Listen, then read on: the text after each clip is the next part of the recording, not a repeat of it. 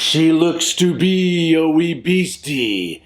Let's open her up and give her a taste.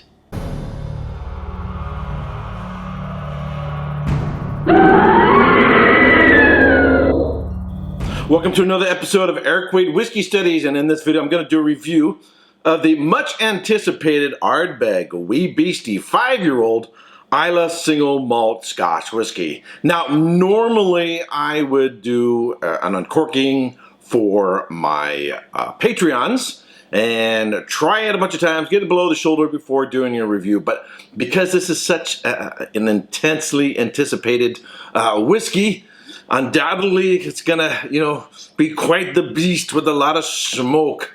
I thought, what the heck, let's get a first impression during this video, and I'll try it some more off screen and then do a live video later when I get it past the shoulder. But if you're gonna open a whiskey like this, you gotta have the perfect tool, and there's nothing better than a stiletto.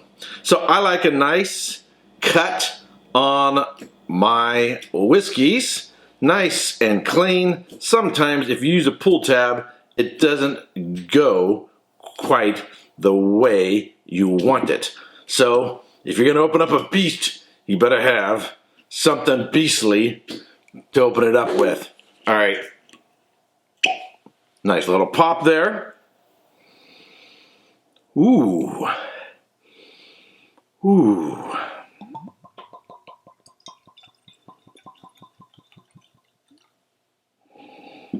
Wow.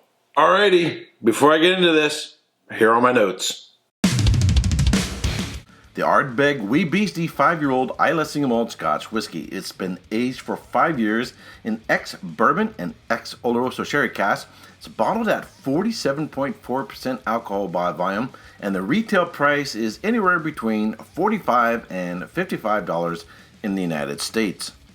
So, a 5-year-old whiskey with an age statement of 5 year olds. That's really, really, really bold. Usually distilleries with such a young spirit are going to go non-age statement, so you don't know what's actually in it, and you can sort of anticipate a lot of spiriting notes will be showing through, but also a young peated whiskey will typically have a lot more smoke and peat and be a little more beastly in character, So that's sort of what I'm anticipating. That's sort of what I'm expecting.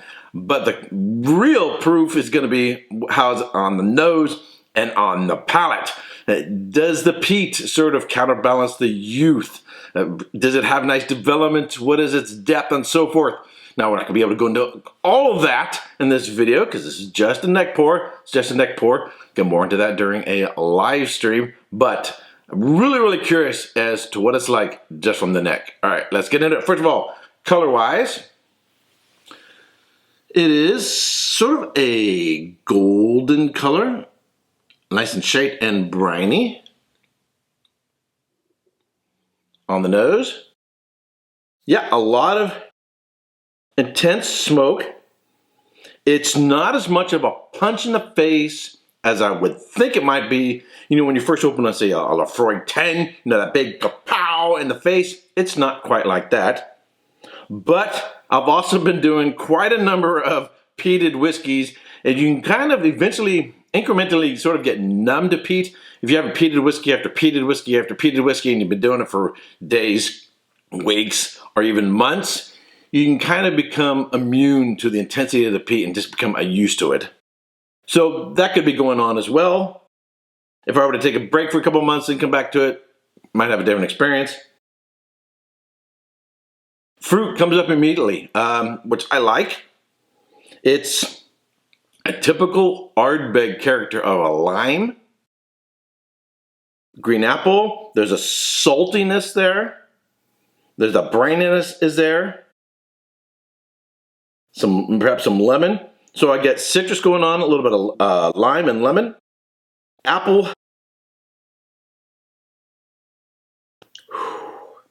Perhaps a little bit of melon. Some chocolate. Well, really, really salty. I mean, a lot of sea breeze going on there. Perhaps even a little bit of pineapple. It's like we're having a campfire on the beach in a tropical paradise. All right, on the palate.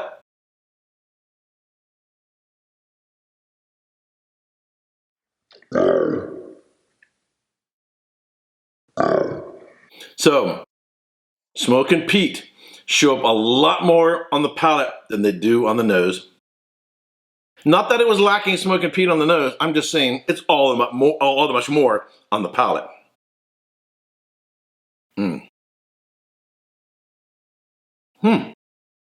So, while I don't judge a whiskey by a neck pour, if I like the neck pour, I've never had to go, well, I like the neck pour, but the rest of the bottle I don't like. That has never happened. I've had neck pours that I was like, meh. And then as I got further down into it, I liked it a lot more. But I've never had a neck pour that was good and then it sort of got worse. I'm going to say, just from a neck pour, I really, really like it. I like the viscosity. I like the mouthfeel. There's sort of a silky, oily mouthfeel. I like the mouth filling character to it. At this point, does it have a lot of development from the front to the middle and to the finish? Nope. And to be honest, I wasn't expecting it. It has a lot of smoke, a lot of peat, a lot of sea breeze, briny, oceanic character. But all of that is completely surrounding the fruit character. Apple, pear, citrus, pineapple, melon, and it's actually counterbalanced really, really well. So while there isn't a lot of development and changes in complexity from front to middle to finish, the fruit character isn't fighting with, there is no battle going on there. It isn't hiding. I'm not having to wait until I get past the shoulder for those characteristics to show up. They are there straight from the neck.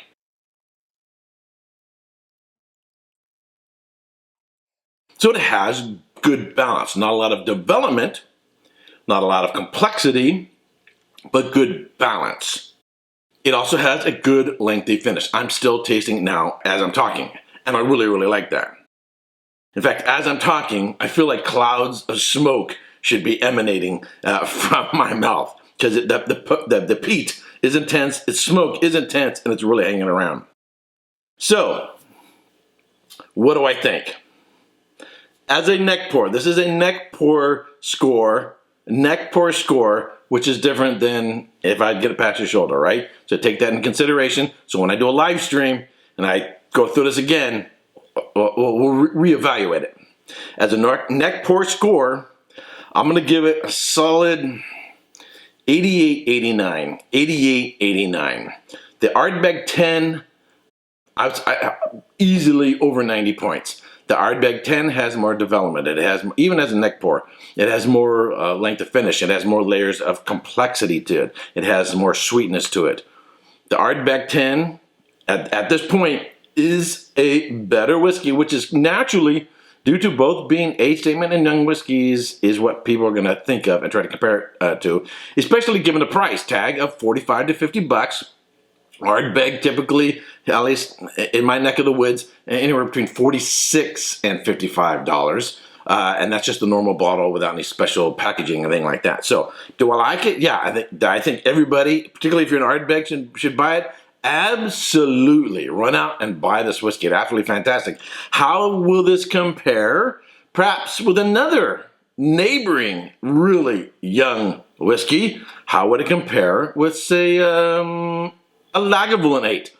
Perhaps we'll have to do something like that in the future as well. Alrighty, so that's it for this review. If you subscribe to this channel, I want to thank you very much. I want to thank all my patrons for joining me and supporting this channel. And if you haven't yet subscribed but you like this video, give it a thumbs up and share it with your friends on Facebook, Twitter, and other social networking channels. And until next time, cheers.